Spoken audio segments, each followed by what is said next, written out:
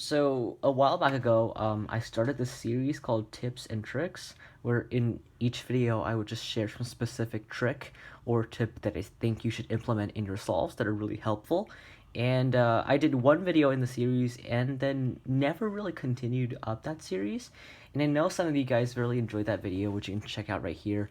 And lately, some of you guys has also been requesting the series to come back, and so here it is back again. And this video is all going to be about ZBLLs. So if you don't know, ZBLL is basically where if you have an OLL with cross on top solved, then you can essentially solve the entire last layer in just one algorithm. Now that might seem really nice, but ZBLL is a horrendously large algorithm set. It has nearly 500 algorithms, if I'm not correct. Sorry, if I'm not mistaken. And a lot of top P-cubers are using this set of algorithms to make their solves a lot faster. But a lot of people refrain from really learning them because obviously you have so many cases. But in my process of learning ZBLLs, I discovered some many cases where it's just very easy. It's basically just one OLL algorithm and one OLL alg combined together to make one ZBLL alg. And I don't think a lot of people actually know about these cases. I'll be sharing with them, sharing to you these in this video. So enough about me rambling. Let's just go on to the cases. So first we have this UZBL case where you basically have this block here, and we have these two headlights pointing that way. And in every ZBL case, I'll always recognize the corner color patterns first. So in this case, we have these two are the same on top, and these two are opposite in the front. And for U cases, I'll always recognize with these two stickers here and these two stickers here. And in this case, the same and the opposite. And here, we then look at these two blocks over here, at the front and at the back. These two blocks over here. So this kind of looks like a T-perm if you hold it like this. Well, not really, but you have this block, and they're of opposite color. And so here, what I would do is this alg.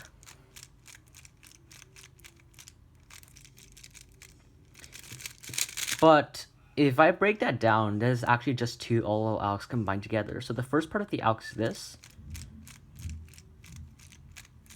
which is just the alg for this OLL, where you do this. And so you just do that on the cube, and then you get this, which is just another OLL, and then you happen to solve the cube. And so that is essentially the entire alg, where you just do this OLL alg and then this OLL alg to solve the ZBL case. That's a really nice case right there.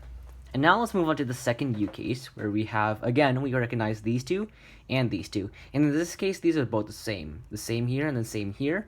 And I recognize that this is an opposite kind of checkerboard pattern right here. And we also have this block on the right.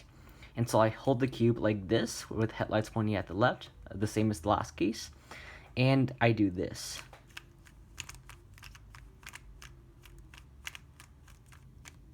Now, let's break that down again.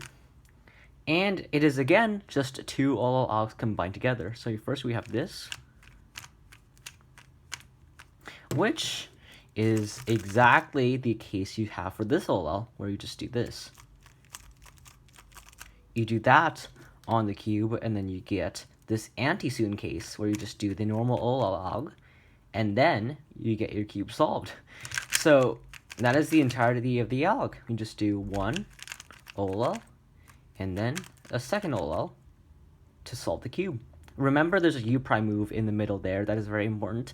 Sometimes if you miss that move, then the whole case is just, then you cannot solve the case.